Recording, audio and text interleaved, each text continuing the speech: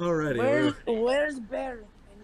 Where's Bear? Anyways, Bear? welcome to podcast number 11. Today we got some more funness, and you hear my dog in the background. Which, hey, hush. We're starting, dog. Okay. I understand you want to put your 2 cents in, but we're already started. Yeah, I know. You're gonna hurt other people's ears. Anyways, don't mind her. Anyways, this is podcast number 11. Today we got Gakeee with us. What's up? If I do this, will you stop? If I do this, will you stop? Will you stop if I do this? Let you see a little bit? Oh, will you stop if I do this? Okay, there you go. Anyways, we got Gakeee with us, and as always, we got B, we got Operator Chunk, and we got Russian Alec. Make peace, not war. Make war no longer peace. Make war, not peace. I'm going to war with Alec right now. Because he's not wearing an M50. It's not built for war, it's built for hugs. It's the war of kids. Who can make them better? Anyways, gonna go over through some housekeeping really quick before we go ahead and continue on with this podcast. I'm gonna leave Gakee's channel actually down in the description for you guys to go check out. So be sure to check out his channel. Show him some love as much as you do with me. On top of that too, I have a PayPal that if anybody wants to do like any kind of like donational stuff or like giveaways and stuff like that, that is optional up there. That is totally up there for you to freely do. I will leave that in the description as well. And not only that, but we can go ahead and get started while my dog is gnawing at my hand right now to keep her pretty much quiet. That was convenient. That was very convenient. Ow, you fucking shit. Alright, that's enough hand bites from you. She's still teething. Alright. Eat it. So, let's go over some fun stuff here. Trigger control. Your trigger control versus other people's trigger controls. And it could be anybody's here, or it could be anybody else's along the way. So, since we got our special guest here, Gakeee. Yes, sir. Let's go over it with you. Trigger control. Your trigger control versus other trigger controls. It could be anybody in this podcast, or basically anybody that you've come across, like especially speed softers. For sure. Oh yeah. So my trigger control, personally, I believe I'm personally decent at it. I'm decent at being able to identify a target quickly and only shooting them once or twice, not overshooting, unlike a lot of other people that we may know. Yeah, we will not name their names up on this podcast. Just list the names right here. I got a story about that later. Oh, lovely. Stay for the end.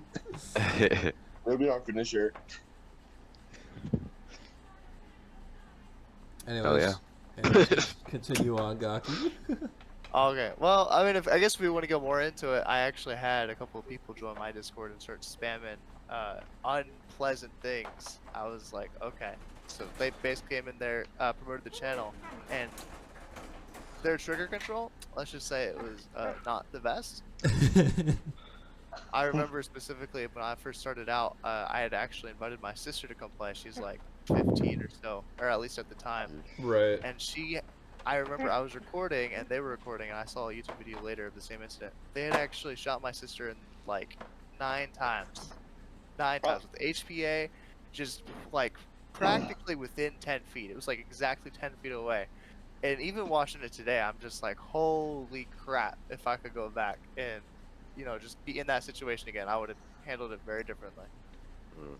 Yeah, that's Yeah. That's pretty pathetic. That's one thing, like I said, I hate, especially with like teenagers that want to have HPAs because either they bought it or like the kids that have HPAs and modded out HPA type guns and don't understand trigger control and stuff.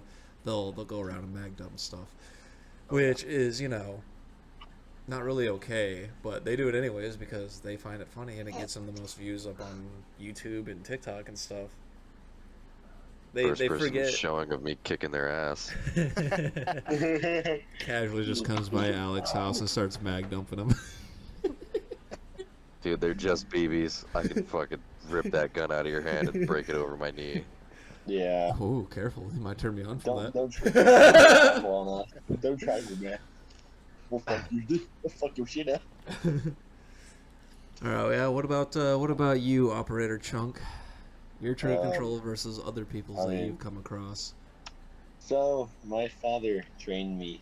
My dad very trained young me age. on the Call of Duty Spec My Ops. father trained me to use trigger discipline at a very young age, even when having nerf woes. So I feel like I've trained myself. Fun to the fact for point any where- parents that want to get their kids into like firearms, but it's still too strong for them, buy them a Nerf gun. Nerf gun. Pogo stick my Nerf GP25. Nerf rivals are the best. I love But the Nerf anyways, rivals. continue so on. I feel like I have a pretty decent trigger discipline. Nothing too special about it. It's just normal, I guess. I say I could compare mine slightly to you, where I know what I'm doing. And I'm pretty good at it, I guess. Well, as long as you're like comfortable with your trigger pull, and Yeah, knowing how many I you're feel going off, you should be fine. Yeah.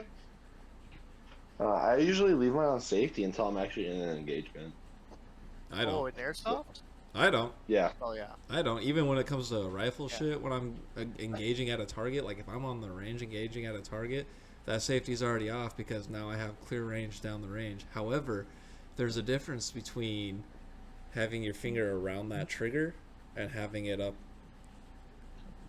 right up on the fucking above the trigger rail.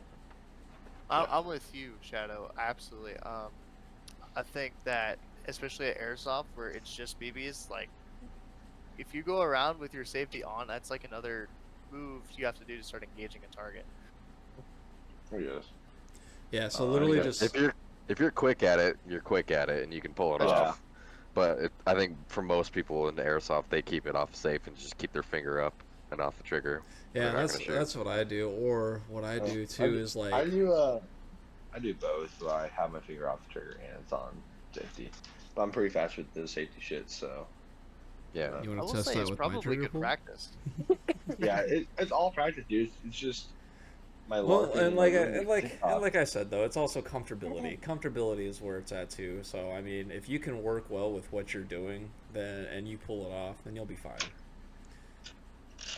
Yep. What about you, Mr. Alec? Well, I like to massacre my enemy. I sit back, smoke cigarette, and let artillery take care of most of it. And then I come in and sweep up the stragglers, like the people begging, "Hey, my leg is blown off. I need medical aid." I don't hear him. I just pew and dead. How's your back offensive going right now? We don't talk about that. We don't talk about that. All right. Nah. Do we talk about what happened to Wagner Group? When it comes to trigger discipline and stuff, there's a couple of situations I can point out how I'm better in some than others. When it comes to like, say if I'm in VIP and I see someone's shadow before I can tell they're about to come around the corner, I'm really good at just putting one round center mass and like letting them know like, hey, you're totally out. I got you dead to rights and stuff like that. When it comes to like not being able to prep ahead of time and you bump into someone or you're not expecting someone as you peek the corner and whatnot, it's usually 1, 2, maybe even 3 shots from me. My trigger pull is long, but it's really soft, and that trigger's really like contoured, so it doesn't ever like bother me to have to constantly pull it or anything like that. So getting a few off every engagement it's not hard. It doesn't take a whole lot of effort. It takes more effort to spam the trigger than it does just to pop off a few and then see what happens after. You know what I mean? Oh So, yeah. What about you, V? But, yeah. From what you either witnessed or because you've also shot real steel. What about you? She's on mute. Give her a minute. What? Sorry. What about you when it comes to trigger control? From what you've witnessed from when you were with us in the field, or from when you were shooting real steel? What about you on Oof. trigger control?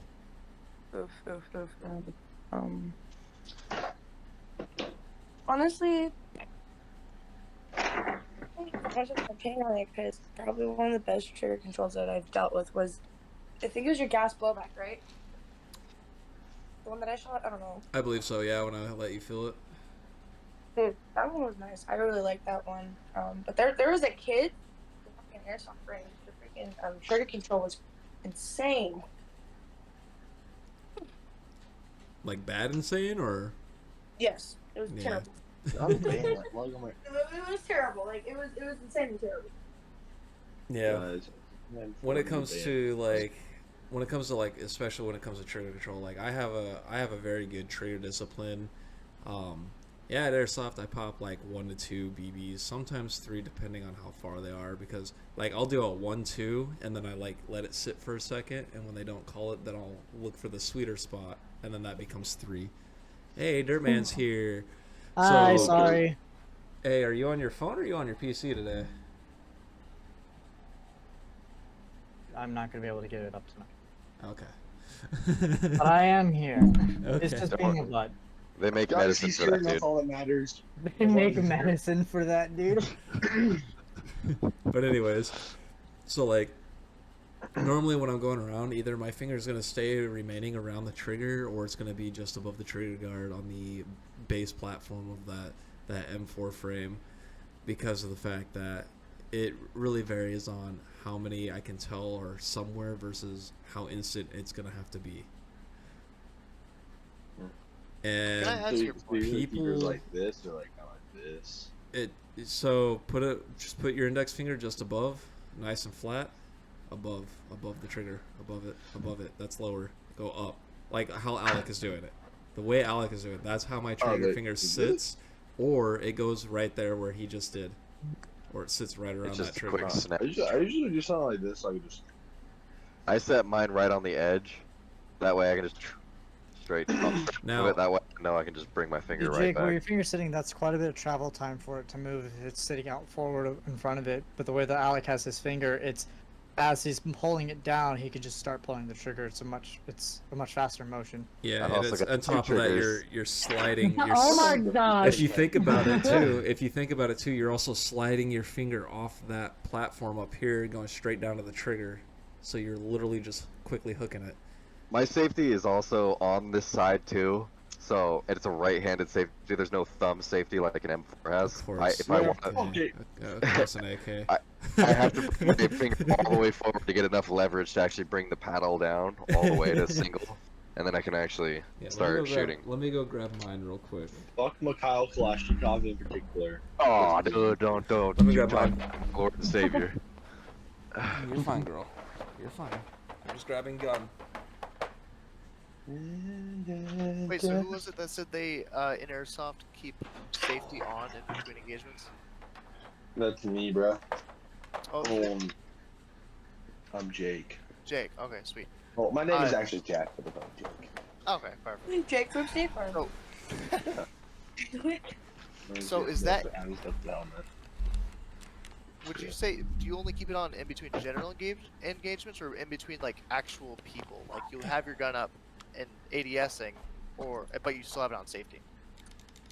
On Leon's here. He's back. He's arisen.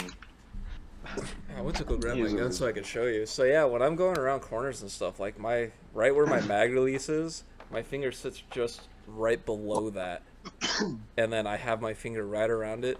But I don't have my trigger finger over the trigger, like right touching it. It's just out enough that I can quickly pull it if needed. That's it. Slay. When it comes to like ADSing too, is there like any special way, like say if you have a teammate that takes point in front of you and they're walking in front of you, do you keep your gun trained or do you poke off their shoulder or do you lower it? So Bring it up when you need to. so for me, I did the just So for me, if they're right in front of me and they're shorter than me, I can stay ADS just over their shoulder, but I let them know, hey, over your shoulder. Hi. And they stay just low enough that I can also pop off if I need to. However, if we're about the same height, then I just keep my gun either up enough where it's not going to engage on a friendly, where it's pointing at a friendly, or I just go over their opposite end to their offhand side and rest my hand up along their arm while we're going. Yep. Keep your muzzle in front of them. I say it. For me, it depends on a bit of the situation. Like VIP, because it's always hallways and stuff, and if we're like a small group of at least like 3 or 4 people, and if I'm like middle, I will only aim down like corridors or windows that are like off to my immediate left or right as we're passing them. Otherwise, I typically just always have it down. Yeah. Personally. I've been finding that I've actually been aiming off the right side of my gun now. Like if I'm peeking a hall in the right corner, which is most comfortable with the AK, I bring it Now. down and at like a slant closer to my chest, and then I can easily just snap it up and just because I know at this point where my AK is aiming, and especially at VIP, I don't really need to use my optics or anything like that. I just threw this on because it's cool. It's just aesthetic, Yeah. aesthetics. Yeah, pretty all it much. is. That's pretty much what mine is. Except I also kind of will use it from time to time. I also put the stock a little higher up on my shoulder. That way I can draw the gun back to me if I'm like peeking around a corner in like a Right. tight situation or something like that. Right. So for me, since aiming's a little different because I'm wearing this M50, usually when I'm just like behind Get a something, scope riser. I usually just do like, no, that's why I took off the right filter. So I usually have mine in the high ready when I'm behind someone. I don't care about height. So then for aiming, it's I have to have the If you full get stock if you get a sight riser, you'll be able to aim down your sight a little bit more. They go with yeah, different that's inches. what this is a riser. This is my little riser. Ooh, yeah. It's actually really perfect though for my situation. Now, here's another question. Here's another question though. When aiming down sight, do you have your one eye closed or both eyes open? Both eyes open. Good boy. Both I'm eyes with open. you, Jake. I raise mine about 30 degrees usually if I can, especially just because if someone tries to come around that corner and my reaction takes precedent over my So hopeful you training, do something like that, react. like that kind of. Yeah, yeah. Yeah, I do that too. Like in like VIP. Wild West, I'll always be aiming most of the time. I found out too that it's actually because this optic sits so high, and if I was to cheek rest, you guys can even see right here how low my eye is compared to my optic. Oh, yeah. So what I do is I just rest my jawline against it, and then I aim over with my left eye. That way, I'm looking off my gun on the right side, and I'm aiming with my left, and I keep both eyes open. That way, as I'm peeking and coming around the corner, my right eye sees it first, and then when I'm getting ready to fire, my optic comes around the corner after.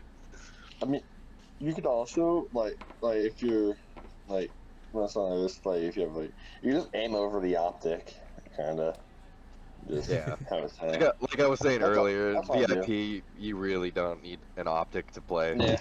What the fuck is aiming? I ran a Right. shotgun. So down there. the next one is what's your preferred mask setup, like mask style setup, like face mask wise? What's your preferred one? What do you prefer more? And anybody can answer it first. Well, I I mean- started out with the 2-piece with the mesh goggle combo just because what I it did was too. pretty cheap, OTG, glass and everything. And then recently I actually switched to a dye i5 just because it would help solve that fogging issue. Yep, I did that as well. I still have my i5. You goddamn dumbass, speed softer. Get out of You here. know what's funny is you can actually do a dye mask helmet combo. They have a thing for dye masks and helmets They do that exist. clamp together. Or They have now another hear me little out. thing back here. Hear me out. You could get that cool Matrix square piece. Yeah, that's and what then call it good. that's what I run. That's what I run. ain't hearing Dude. nothing y'all want. VIP lets you run it too. That's the thing. VIP lets you run that in there because it's all they care about is you protecting your eyes and your teeth. That is Yep. it. And so I have that there, and then yeah, I just wear my skull ghost mask over it, and then my Yep. goggles, and I don't worry about fogging ever again. Like it does not fog whatsoever. Yeah, I solved my fogging issue too, so I'm really happy about that. I use my 2-piece. I don't fog up too much. It's only if like I don't take off the goggles after every game that's when it fogs up typically. Ugh. But I I find don't it- do that. I always take them off, so it Right. never does it to me. And they also full seal, so That's good. it's not a big worry. And I don't put the goggles over top the mesh mask. Like they sit on top of it, not over top of it. Where sometimes if somebody has like a bigger mesh mask than the goggles and stuff like that, they'll like sit it underneath the goggles. Right. So I don't do that either. So everything sits perfectly. So I never have to deal with the fogging at all. But yeah, for anybody that is wondering what Alec and I were talking about for the Matrix mask thing, it's literally a small rectangle. He'll probably get his because mine's in my backpack somewhere. It's a small rectangle that has cloth on the outer edges, and it's literally just metal mesh. It's just mesh wiring in between it, and it just goes right here. It's literally like just past where your like smiling lips can go, and just below your nose and above your chin if you have a chin. But yeah, this is like me. this is the Matrix. Both him and I run, so it's literally $10 on e-bike, and it bends to your face. Yep, you just bend it. I have it like a little triangle, and then my Nomex, I just lift up my Nomex and slip it up underneath, and then the boom, pressure there you from go. the Nomex reaching around my chin and stuff pulls it to my face. There's padding on the inside that keeps it suspended off your lips just a little bit. That way you can still talk and not have your lips rubbing and all that stuff like that. So, and it's actually really comfortable. Oh yeah, and it doesn't get in the way as much as a dye mask or a lower mask, face mask would. You can actually cheek rest if you have that issue. And you can actually rest your face on your gun to aim down sight. So that's the mask, and it's on e-bike. It's on e-bike for $10. Yeah, super Not cheap. sponsored, maybe. No, it's not sponsored. Yeah, Shadow Legend. Oh I run God. a Matrix rifle, guys. Don't worry. Leon's just over here like, I'm just saying, like, hit me up, but not sponsored, definitely not sponsored. Hashtag not Right? I sponsored. mean, like, come on, need the e-bike. money. Come on, e-bike. So that's actually kind of interesting to me, is that you wear your mesh like kind of not underneath your goggles, because for me, when I put my goggles over top, the airflow from me actually moving actually went underneath those goggles, just underneath them. It actually helps me clear a lot of the fog usually. I wonder if it's like per face contour and stuff like that. It Like, might be. True. Because, like I said, when I wear the goggles and the mesh mask both come together perfectly where it makes the seal between them, but I don't have to put one over top the other at all. So. yeah, because I wear a 6B47, which isn't the most ergonomic shape for goggles and stuff like that. And putting that on, then my goggles, the rim of the helmet sits on top of the goggles and pushes them down slightly. So if I was to wear like an actual mesh mask, it would push the mask down too, and it would just be like really uncomfortable. He would look like that fucking, what is his name? Chunk from fucking Goonies. Timmy. Yeah. All I guess right. I'll answer next. Okay, so moving on from there, what do you guys prefer for speed and movement? Like your I playstyle. like running. Like your I run playstyle it for your speed and movement. What do you prefer? I run like an Imperial Japanese soldier in 1945. That sounds about right. For the Emperor. I think for me, it's got to be a combination between being more tactical and as soon as I see an opening, just full out sprinting. Just full out sprinting to get behind the people, get to the side, wherever I need to be, so where I can actually take out as many people as I can. But when I'm not doing that, of course, it's just going to be pushing with the team, pushing alongside the team, and ensuring that we get kind of like the best coverage possible. I did all that. Yeah. I've had people tell me that it's Yeah, hard to keep up with I me. do like playing pretty slow. I do play pretty slow sometimes. I'm not gonna lie. I play pretty slow. I hold corners a lot, but then when the opportunity strikes, just like the rest of you guys, I have those short bursts where I'm like rapid. Like if I need to close a gap, or if I know I'm going to be flanking the enemy team and I need to close the distance behind them or something like that, or secure a flank, that's what I'll do. Like, for instance, you know where Green Tower is in VIP? The central window that's on the outside of bridge that looks through the green room towards the enemy spawn, or whoever spawned at the time. I would hold that, and if people make it past that door to try to run along the windowed hallway, I'll immediately duck and then like do like a Oh. short run forward, and then just hold the new angle and wait for them to come around it. But Oh, if you're like, talking about that crouch point, right? That leads from that mesh room with the tail of the plane, and then into that other room with the weird door. I'm talking about the hallway between those two, between Green Tower room and the plane room. So middle of the field. Yeah, pretty Like much. underneath the Okay. bridge. Yeah, okay, gotcha. basically like you're Yeah. under middle bridge, looking through the window into Green Tower room towards the enemy spawn. Oh, At okay, the gotcha. windows. Yeah. So yeah, and I would see people dart the corner and stuff like that, and then I'd rapidly change positions because I knew if I didn't do that in time, they would be running across the opening to my left, flanking me, and potentially shooting me and getting me. So that's why I usually do the short bursts. Yeah, so that's interesting to me because I don't go in towers like at all. Do you guys? Do the rest of you ever go in towers? Hell Depends no. on what I'm run running for the towers, day. I feel like I'm gonna Yep. break them if I step I- on them because of how heavy I am. When I'm clearing places, I'm fucking clearing places. There ain't no doubt I'm not missing 1 square inch of something. I will only run into tower if I'm using my MP7, my P90, my M4. If I'm running my high kappa, hell no. I am not up there at all. Do not expect to see me up there. If I'm up there with my high kappa, it's just because I'm Hey. curious to see what the hell's going on, if I can see any enemies, and if there's Oh. are any. Hey, it's just like that time that I posted up on my TikTok video that I also used in my YouTube Okay. video. Is when I was up in the Green Tower and like 7 or 8 people went walking by. I didn't even know I was there until I like ripped into all of them. Nobody cared until I put on the mask. But I didn't get to explain why I rock the M50. yeah, no, everybody knows pretty much what my speed and movement is. It's slow and tactical. Like it's to play it smarter rather than burning my energy throughout the whole thing, which is why I'll last throughout the entire session because I don't want to tire myself out. 1, 2, I'm more tactical playing anyways. 3, my gear is heavy. And it gets heavier over time. Like, it ain't no joke.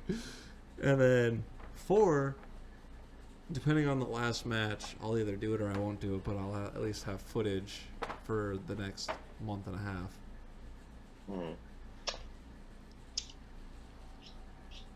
Also, real quick, can we go back to masks? What do you guys think about balaclavas?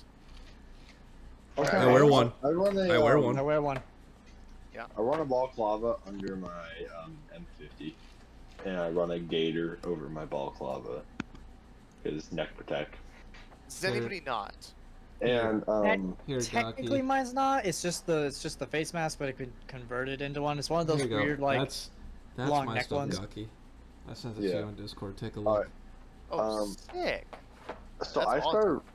started. If we're able to go back to mask again, I started wearing the M50 because I fucking hate mesh masks, and goggles are a piece of shit on the airframe because they like the back always slides upwards. So I'm like, oh, fuck, I'm just gonna get this mask. And that's the origin story. Oh, boy.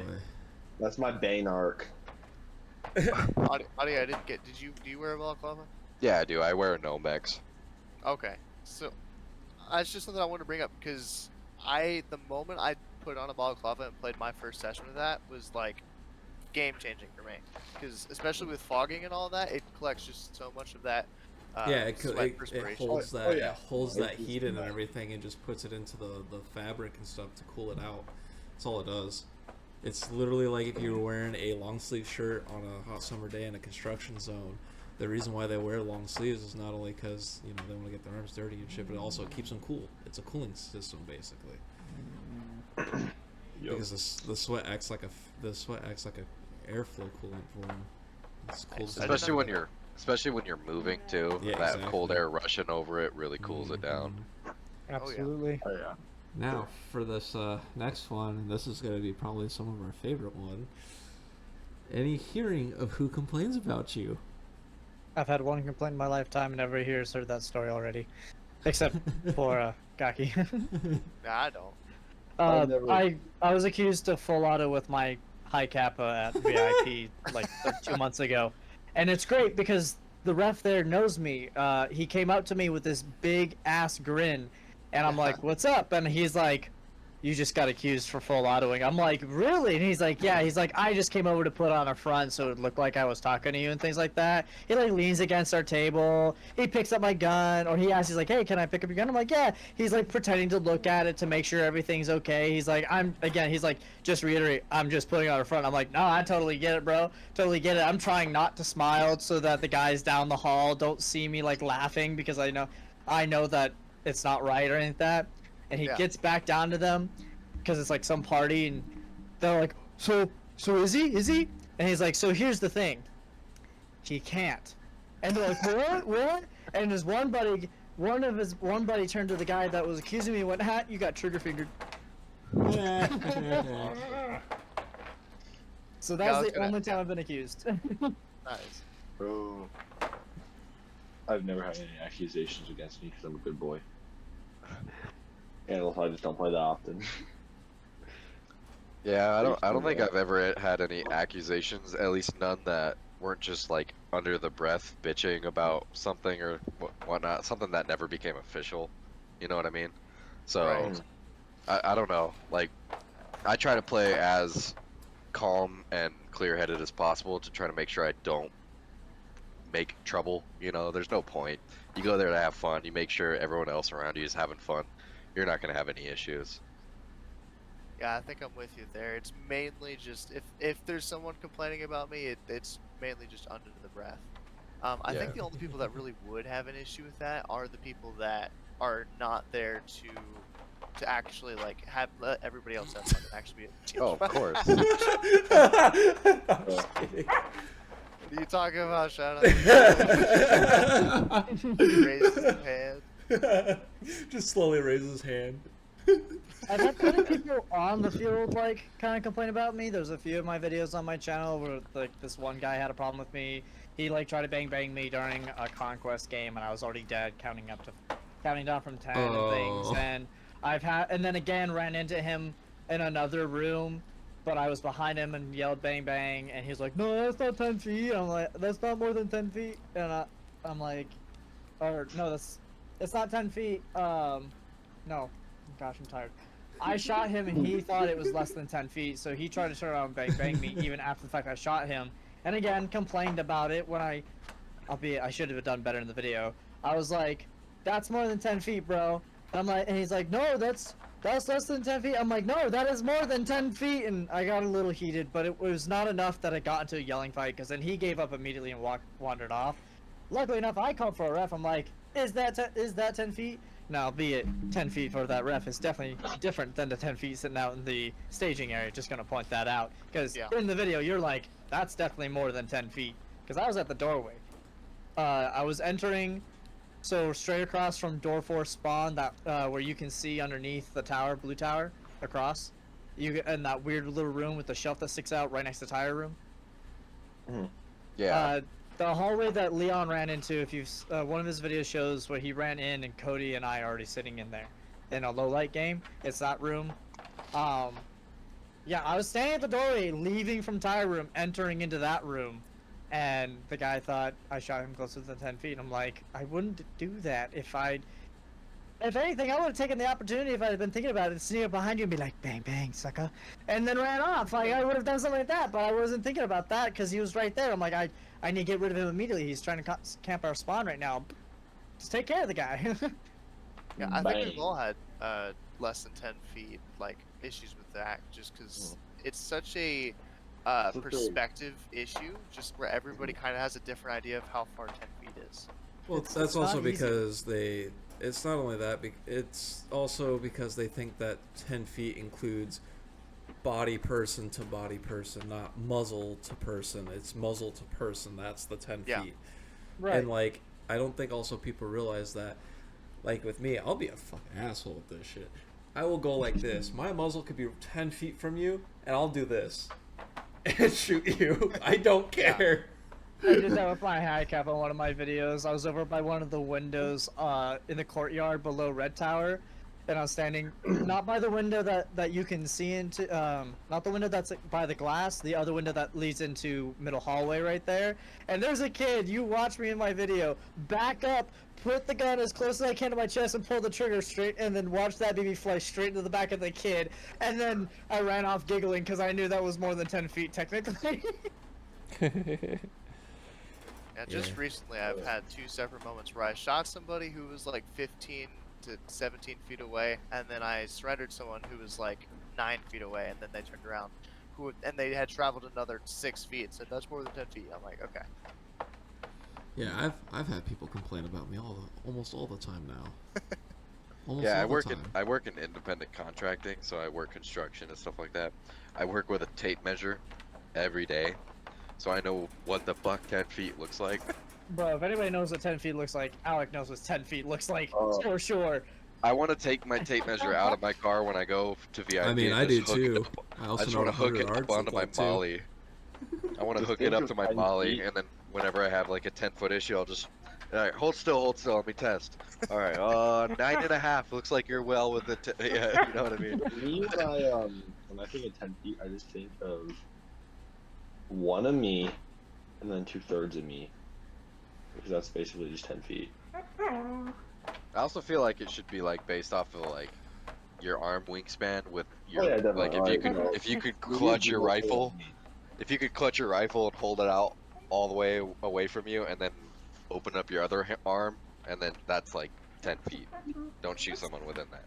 Just Well, about, yeah. And the thing is, yeah, because like the thing is too is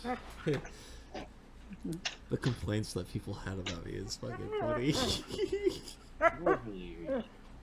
I don't know if I told this story before, but I had this one guy when with my one of my ex-team members for the very first time, because she originally did paintball when she lived in Flagstaff, and then I kind of showed her my videos and stuff because she was one of the places that I went to go pick up for a location, and so she finally got herself a gun to go play at the airsoft arena, got herself a mask and stuff.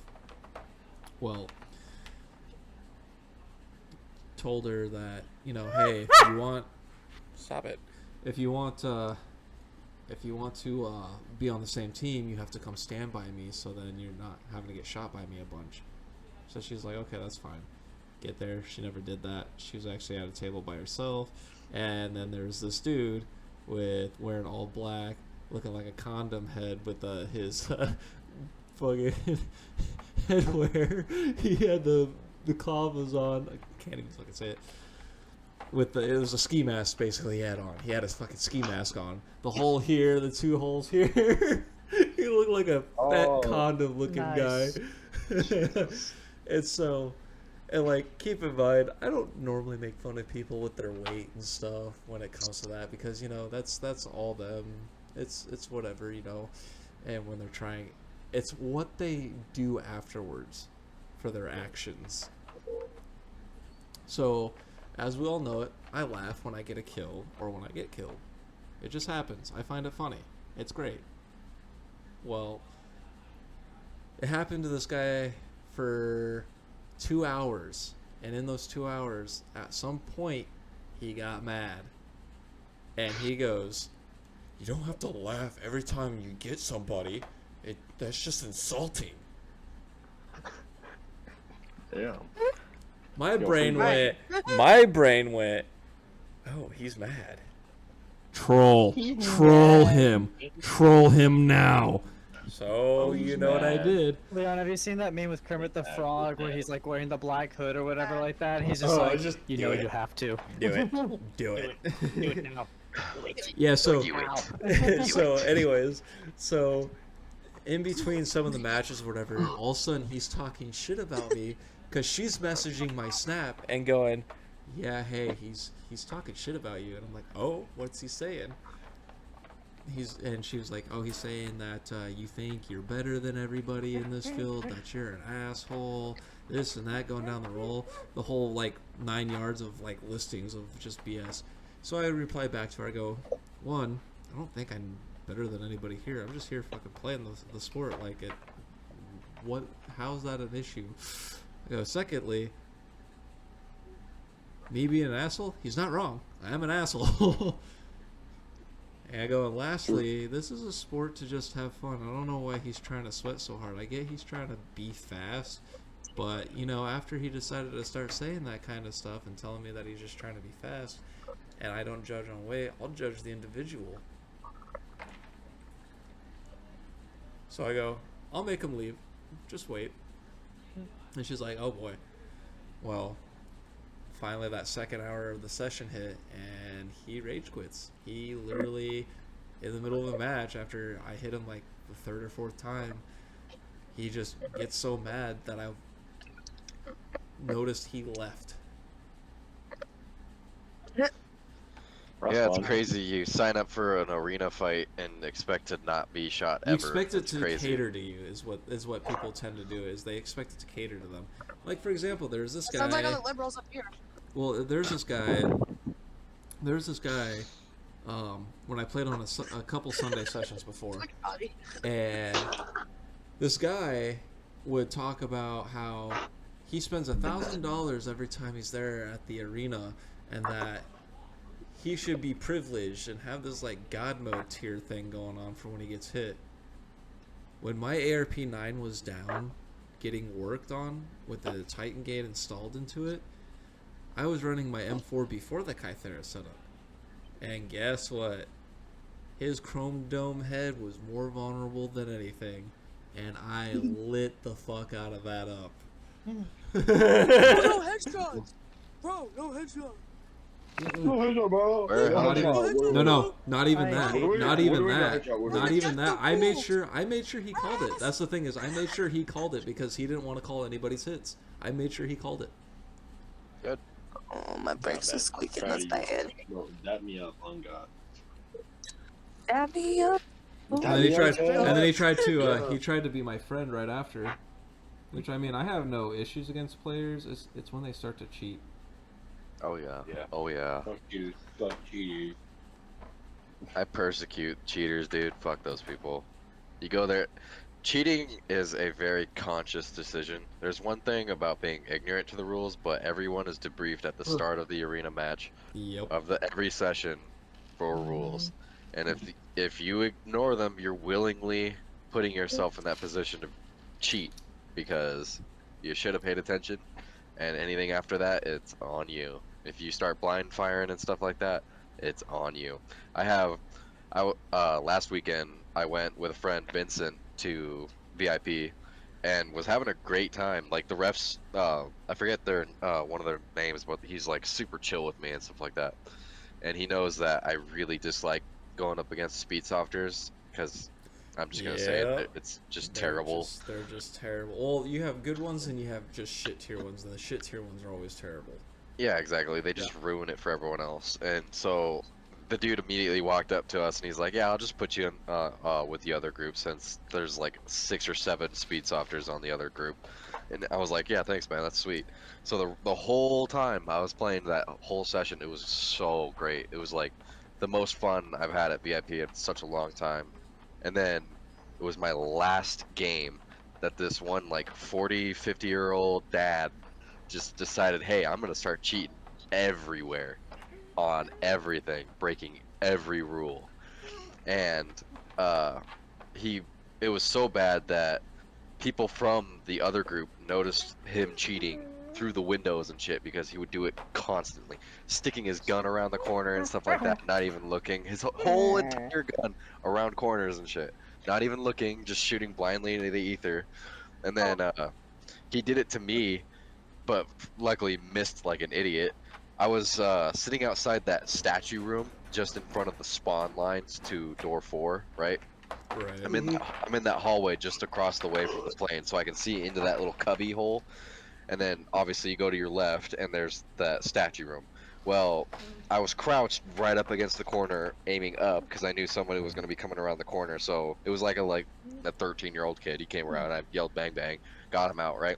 And then I stood up and backed up from the corner, so I had my back up against the other wall across the hall, and I'm still aiming at the same spot. And here comes this 40 or 50-year-old dad, takes his gun and swings it around the corner and like slaps it against the wood wall. and then just yells bang bang while aiming completely off from not even where I'm at. I already changed positions, so not only is he missing, but if I was still Live standing, firing, and he would have hit you. he would How have the smacked fuck do me you in the miss face. a bang bang? That is my He's question. blind firing. He's I stuck know. his yeah. So there's no rhyme or reason to it. And I told him immediately after. I was like, dude, don't do that. You can't blind fire. He's like, oh really? And I'm like, yeah, dude, it's part of the rules. And if I was still standing there, you would have smacked me in the face with your gun, dude. Take your respawn. And then later, he's like shimmying along this wall, and I can see him plain as day. So I start shooting him, and I can see I hit him twice in the chest because he jerks like that, and I can see his shirt depressed where the two BBs hit. So he keeps shimmying until he presses himself up into this little corner of a doorway. And I'm sitting there shooting a couple BBs into the doorway to make sure he stays down. And then he peeks his mask, and then I shoot his mask a couple times, and then he jerks back. And then he takes his hand and sticks it out from behind the door and starts waving it like he's out. So I'm like, okay, cool. And he looks around the corner again with his hand out, and then raises his gun and shoots me. I'm like, it was so funny because I have a very like broad voice. I can make it carry, and immediately I was like, I set my gun down. I'm like, did you just fucking wave your hand like you're fucking out and then shoot me? And he's like, oh, and like the whole arena just went dead silent for like 2 seconds. And I was like, oh fuck, here we go. And like 3 or 4 other people peek their head around the door behind the dude to look at what's going on and shit. Some of my teammates come up next to me and stuff. They're like, I'm like, dude, did you just stick your hand out and wave like you're out and then shoot me right after? He's like, oh, no. I'm like, you're the only fucking one that can fit in that corner. You're the only one that stuck your giant hand out around the corner and waved it like this. I'm like, fuck, man. And I just walked back to spawn. I'm like, I was like, that's my last straw. That's my last game. I'm done. I want to end it on a good note. Straight up at this point, I run my GoPro just to save my own ass at this point than more of the videos. That's really why I just run it. The videos are fun, don't get me wrong. I enjoy editing my videos and posting them. But at this point, I just feel so, for lack of better terms, naked when I don't have it on me. I've done a few sessions without it, and I've been like, crap, there's some people who are causing problems, and I don't want to get involved, I don't want to get banned, That's like the one ass. time. That was like the one time when I was on vacation week, like last year. I was doing the whole vacation week. It was either last year or the year before, where I played at VIP both Saturday, Sunday, and then played it like on a Tuesday or whatever. But on one of those days, another YouTuber came by to play there, and I was running tracers, and I hit him right on the duty belt where he couldn't feel it. But then I also like hit him like in the stomach area. I wasn't running my GoPro because I left it at home, saying, you know what, I'm gonna run a day without it. And I hit him there, and I let him know, like, hey, I hit you there. And then like I wasn't trying to make an argument with it or whatever. So I go to watch his video, and he mumbles under his breath, calling me a fucking bitch. And I'm like, oh, we're gonna play that fucking game. Okay. Says the one that's mumbling under your fucking breath while walking away. Like, I wasn't even making an argument. I was just pointing out, hey, I hit you right there. I wasn't being like, hey, I fucking hit you there. You need to call it. No, I was just letting you know, hey, I hit you right there. And I watched all three trail this way and saw how you flinched a little. Yeah, it's like the flinch is the telltale sign, dude. It's like it kind of falls into the category of like gun hits. Well, I don't call a gun hit if gun I hits don't count. flinch. I know, but I don't call it if I don't flinch. But if I flinch really badly after getting my gun hit and I'm not expecting it, I'll just call it because the person who shot me will see that and be like, oh, I hit him, and he's just not calling it. I don't want to get into an argument with a dude. Oh, what I do is if I get hit in the gun and I flinch like that, I just yell at gun hit immediately. Yeah, because it just saves the trouble and stuff. But at the same time too, like, this is also why I started running a gas blowback. Aside from fucking algebra getting me into gas blowbacks, because first I was kind of looking at it a little bit, like, you know, I was kind of like curious about it, and then he let me run his gas blowback for a match, and I loved it. And then I got me one. One of the real reasons why I got a gas blowback, aside from the real feel of having to reload and stuff, is the complete pain difference that it gives on people. because I'm thinking about it. I would assume that GBBR, the gas travels all the way down the barrel Yeah. and keeps that velocity going until it leaves that barrel, versus like the puff of air or the spring that shoots. the flick. Yeah, that happens inside the gun at the very back of the barrel. You know what I mean? So I bet Yeah. there's that. I bet there's that assistance. Yeah, and it's great because I love it. I'm also switching my Yeah. bucking out from a KWA to a WE. Which So the- means Yeah. KWA's bucking, let me put it in this perspective. KWA's bucking is like this big around, right? okay. WE, a little bit smaller. It's enough for the BBs to still fit through, but it gives that better accuracy, tight fitting. Alright. All right, so Gakeee has some questions in here. One of them's casual, speed soft, or milsim. Which direction have you built your kit, or can be combined? Go ahead and answer, Milsim. All right, for me, honestly, my kit really depends on how I'm feeling the day. Like, I will literally wear any clothes with just my what you see in the videos. Clothing like, don't matter, boy. We're talking about your Clothing's part of the kit, your kit, gear, though. your Clothing's gear. part of the kit. Not really. I could go running around with a fucking t-shirt and some pants and call it good. It's your rig setup. It's basically your rig setup. What your comfortability of wearing for your gear. Milsim. There you go. Also, this little neato thing right here. We already know what Alex is. We already know what pretty much mine are. We're both I'm a Milsim. speed softer. Nah, dude, same here, bro. Did you just accidentally say that out loud? Whoops. Yeah, this is actually my dye mask. Dye mask. Mine, Gigs up, guys. Yeah, it's really a dye mask. Yeah. mine is Picture more. of dye mask. Mine You is want the more GP7? Milsim. Even when I was wearing a dye mask and running a Milsim kit, I was still Milsim. I was still playing Milsim. Yeah, there's so much more of an appeal for me, at least, to run Milsim, because I don't want to sound like I'm an old man now, but in my age, I'm not gonna be running around like all these teenagers. Aren't I older than you?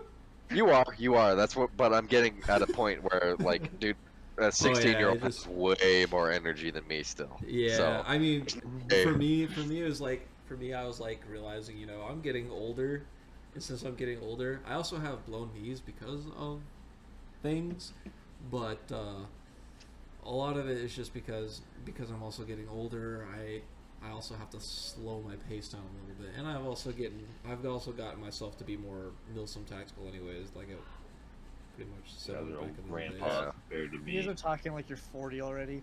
No, Mom. Hey, I'm hey, dude, with Dude, my you should hear him crack all the dad jokes. oh boy, He's not even a dad yet, and he's already got so many of them for no fucking reason. I was also It's not at it for way too long. Alright, guys. starting out again into airsoft. I was kind of forced into going slower paced anyway, so Milsim just kind of fell into place on its own because I had. You guys remember my walking pneumonia condition I had for like 6 years. Yeah, that nobody knew you had. Yeah, right. And so, it was basically that was like a major prevention into doing anything more fast paced, because like there's no way with half a lung working, I'm gonna be able to be running around taking deep breaths and stuff without hacking up the rest of that lung. There's no way. So, I was just kind of forced into that role, and I was probably gonna choose it anyways, but Worked out in the end, right? pretty much, yeah. For me, it just feels like home. I just like being more tactful and being more Alright, Milsim, just because it feels more fun to like put yourself into a scenario where you need to be paying attention to details and not just running around like it's a Call of Duty. Right. And not only that, let's put it this way too. Gas blowbacks make it more Milsim-y feeling anyways because they are smaller mags for BB holding, and they give that kickback almost similar to a real gun. Kinda, sorta. Almost similar. That's why I said almost. It's like maybe a fourth there because they still have to be able to push the BB and also retract and go back. Like It would also depend on the weight of your gun too, Exactly. because I mean, mine's pretty decently heavy, but it's more front heavy. Well, I guess it's more mid heavy too, Mine's cause an AEG and I don't have much on it. I Or the think- Leon one. I think my gun is now heavier than yours, Leon, because of this fucking grenade launcher, dude. It's all Oh, yeah. metal and You I stuff. mean, guys- if I really wanted to, I can get my grenade launcher attached to this one. Yeah, You it's guys are old grandpas. I have 10 days till I'm 16. Yeah, you don't I'll even have have your You're losing consumer's weight. license Chief, yet. Chief, I have Oh a my god, it's just I don't want to be like 16, you guys when man. I grow up. Chief. I have a God. decade on you right now. I know. I don't want to be like you guys when I grow up. It sucks, dude. It sucks for you. You joined the military. You're gutsy. Glad to know we're making great examples for you. Glad What to about know. you, Gakeee? What about you, Gakeee? What's your My kid or my age? your kit? Oh, okay. Okay. Yeah, spill the beads. Well, so my kid definitely started out casual. I probably went my first year. No, I did go with my first year with just like $180 starter G36C. And then it was just like a jacket and pants, like jeans usually. I honestly, I tore up like 3 pairs of jeans just because I wouldn't like switch to like any sort of actual dedicated pants for it. But nowadays, I think I'm still a lot casual, but kind of more geared towards milsim, just because I got the dye mask, I've got kind of an SMG loadout and the pistol, and then the SWAT vest, kind of. Nice. So you're like playing both worlds basically. You're bridging the Yeah. gap. Okay. Yes.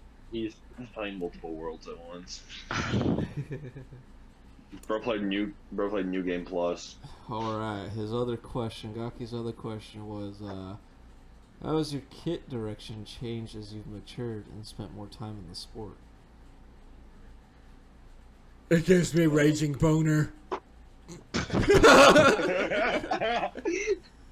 Jesus. So, originally, No, dude, what? the same. Alright. So my original kit was inspired by the film SCP Overlord. I No. love it, dude. I love SCP Overlord, rah! No. So yeah, I was originally just a little flannel and jeans boy, and eventually I grew to love multicam. So yeah, I think I evolved from casual like streetwear and a kit to more milsim-ish. Average Yeah. Muslim are using multicam. No, I'm kidding. I'm kidding. It's okay. Hey, Let me guess, I'm you got moving the Ned British 4 DPM too. and Marpat. I'm moving the Marpat and British DPM though. So I just wear all Praise black. Yeah, I don't know how you can do that if you go out to like Wild West or something, man. Hey, I Holy did shit. that with Wild West too. He did that 3 weeks ago. Oh yeah, I know, but I just don't know how. It wasn't hot. Yeah. It TikTok wasn't kit, hot. TikTok kit.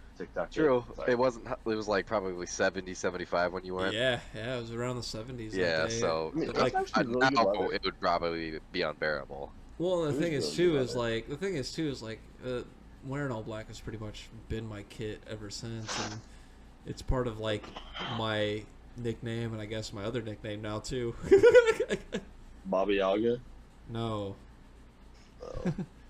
What is it? Yeah, what is it? well, there's my YouTube name that the shadow part's the nickname, but that one was Shadownightwalker. the shadow Yeah. name. Well, the Nightwalker I added on later on, but the shadow part was a nickname given years back for a lot of things, and then before when B was with me, before even her, when I started wearing my ghost mask and stuff, Ghost was the other one. People started calling me Ghost because of the fact that I move around like a ghost. I'm there one moment and then I'm gone. Boogeyman. You really are. Bro And thinks it he's scares. got it. It literally scares people. Or as audio would say, Baba Yaga. But yeah, Boogeyman. He's the Baba Baba Yaga. Yaga. He's He's the Baba Baba Yaga. Yaga. Baba Baba Yaga. I mean, if we really want, next time when we go, I can Oh, pull out the whole 100%. Do in the it. field. Don't make me pull out the Police Explorer badge next time I go. I would just want to spectate you at 100%. I'm against you all. Joker I doesn't want to. actually want to play. He just wants to watch Leon. I want to crawl see around. this man basically more or less murder people. Let's get this man a Terra Tactical 2011 and a Genesis 12K. I will Babe, literally 3 different You ones. can show us what it's like to be on the front lines. Yeah, show us the fucking. So, Audie, I am curious. Oh, that's pretty good.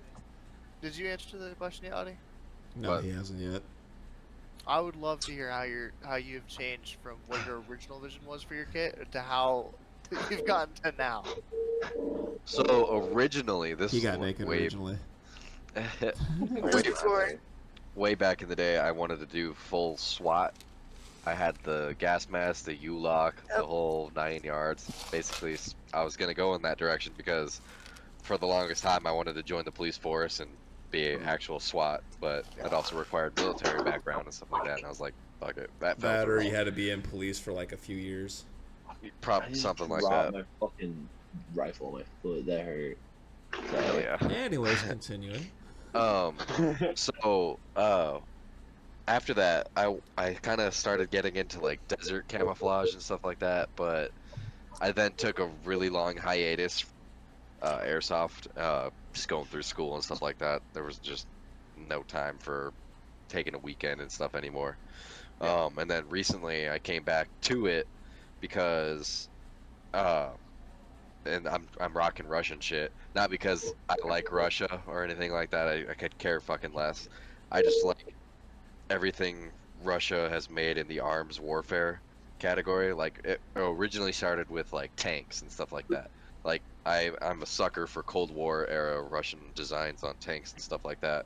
I can read you the descriptions of every single vehicle front to back. Good old Soviet era tanks. I can't help it, and it's the idea of just taking like the rudimentary bullshit that no one else uses and turning it into something cheap and So you just ran operable. So it kind of translated into just doing my Russian kit, because for the longest time Russia didn't really rock body armor for its standard troops. It was just a Gorka suit and a rig and their AK and whatnot, and that's what my original setup was my Gorka suit, the Smersh rig, and just an AK. And now I'm kind of like evolving, kind of like how the Russian military is upgrading their kit over time. I'm doing EMR stuff now, which I think is, I think the word Ratnik stands for like modern warrior or something like that in Russian. I can't remember, but yeah. So it's just kind of like an evolution, just like the Russians took their path. I'm kind of like following that suit. I'm just a sucker for most things made Russian. I just can't help it. The aesthetic and everything pleases me. It's just, it's also an eye drawer too, because I'll be with like everyone in our group, and a lot of people will come up to me and be like, "I like your Gorka suit. Are you Spetsnaz or something?" It's like, No, it's I'm cool. giant penis man. Because how many people do you see rocking M4s and all this other shit, looking Right. almost the exact same as everyone else? You know what I mean? What's really funny is I've had people mistake my MK18 here as an M4 before, and then as soon as I would tell them what it would be, I was like, no, it's an MK18, and they're like, what? And I'm like, it's kind of similar to an M4, but a little bit. It's a little bit more different, and by that, it's just. Cousin. I go, but other than that, it's more of the you play the fuck around and find out game. You're gonna fuck around and find out in a home. It's just the SDR version of an M4. It's nothing. Really It's well, no, so it's not even so much that, it's the firing mechanism, everything that an M4 doesn't have. It's different components on the internals. Not only that, it's also smaller in size a little bit with the barrel and everything. Yeah, the 10.5 and inch. the only thing that makes it similar to the M4 really is not only the base platform of it, but also the rounds. It can shoot a 223 or a 5.56. Yeah. And I mean, originally it was developed for like actual special forces, because they wanted a short enough barrel, but enough burn rate on their ammunition to get the most out of both worlds. Basically, they wanted something lightweight that they could take on patrol for hours on end. They needed it for raids mostly. Raids and And patrol. That Yeah. it's just and it just helped. They use the SPR-12 more for patrol, I think. The SPR Well- is the special purpose rifle. So Well, here's the thing though too is like you can't like in the military even if you're special forces you do still have to follow a uniform code. You're still gonna have someone who's the squad automatic weapon system. You're still gonna have your Yep. designated marksman. You got your saw, You can't- you got the DMR, you got your Yeah. You can decorate reconnaissance. it a little bit with attachments once you're special forces, but if you look at like our standard infantry and stuff, they're not allowed. They're other than like an optic and a foregrip, they're almost not allowed to like have change the up the similarities to it. Exactly. So special forces are like the only ones that got away with being able to like Do argue anything that, like that. hey, yeah. Yeah, So- and that's the thing too is like I mean, unless you're like Delta Force, where you can rock literally anything you want. we It's don't not talk like about that Delta shit Force. out They there. will fuck your No. world up. No, we talk about them. They're better No, no. than. They will Delta fuck Force. your world up. I know. They're already actually. JTF2 is better. Sorry. Delta Have it. Force will fuck you up. Trust My me. inner Canadian Dude, any fan, special sorry, force guys. unit would fuck any of us up. Well, here's the thing. Dude, So here's the Marine thing. Raiders are the Navy. best. Well, here's the Yeah. thing is like the Navy SEALs and Delta Force went at it one time Sure. during the Osama bin Laden, Osama bin Laden better. shit. Navy SEALs and Delta Force were attacking each other at one point. What? Yeah, you didn't know I that? don't remember that part. I So don't remember that they part both. So of here's the Zero thing. Dark 30. Here's the thing. Here's the thing. So during the time of when they found Osama's whereabouts, both Oh, those yeah, parties, both those parties. They wanted to raid. Well, here's the thing. Delta Force, they had that same primary mission as the SEALs did to go after Osama. Thing is like there was one more thing that Delta Force had that the SEALs didn't. I think it was land, sea, and air. As for Navy SEAls, they had sea and land. Yeah. Yeah, that's what it was. No, they also had Course. air because they. No, Yeah. they had no, some, no. Navy SEAls. They something. It's somewhere in there. It's there. They have the Delta Force has one more Because thing than SEAls that SEALs don't. But the thing is too is like Well, as alright. Delta Force as well. You know why their faces are covered up, right? Yeah, it's because they're CAG. They're No. top secret gooners. You're they're given new identities. You're not allowed to know exactly who they are. You won't be able to know who they are. Not only that, but both. Anyways, continuing on with the story, both parties had to go after Osama. Well, Delta Force had the lower ground, while the SEALs had the higher ground area, and they were able to get to him first. And as soon as they already got to him, getting ready to extract, Delta Force came by. Both were ordered to kill anyone that gets in the way, and that's why they started shooting at each other. I don't know. There is a deep-seated camaraderie between Yeah. troops, Well, they're even if always- in different because, branches. alright, here's They, the thing. well, So, the thing is Delta listen, Force the don't give a operation- fuck who you are if you're not rolling with them, if you're not part of their group, their whole thing. They don't give a fuck who you are. the operation was headed by JSOC. So the pilots that were piloting the prototype Blackhawks with the SEALs in them were actually Army aviators, 160th Special Operations Air Regiment, Night Stalkers. So it was a joint operation between Army and Navy, no matter what. And yeah, I don't remember that part. You just have to go look the at it story some more. behind It was crazy because like B told me all this stuff. And it's just crazy. I'd have to like look into it and stuff because that's Yeah, to no. me that's a little hard to believe. Yeah, no. You know, she'll have to tell you more about it. Yeah. JTF2. But anyways, well, we'll go ahead and end the podcast here. Anyways, we'll save the rest of his questions for next week's podcast. Sounds good. Anyways, thank you guys for watching. Like I said, I'll leave Gakee's YouTube information down for. I think the outros hit me. I'll leave Gakee's YouTube link and everything down below in the descriptions, along with the PayPal information for donations of just any giveaways that will be happening soon, along with you can leave little notes there as well when you do it for what you think the giveaway should be. So, or even if you have questions or something, that part is all optional. Anyways, thank you for tuning in, and bye! I'm gonna go get more alcohol.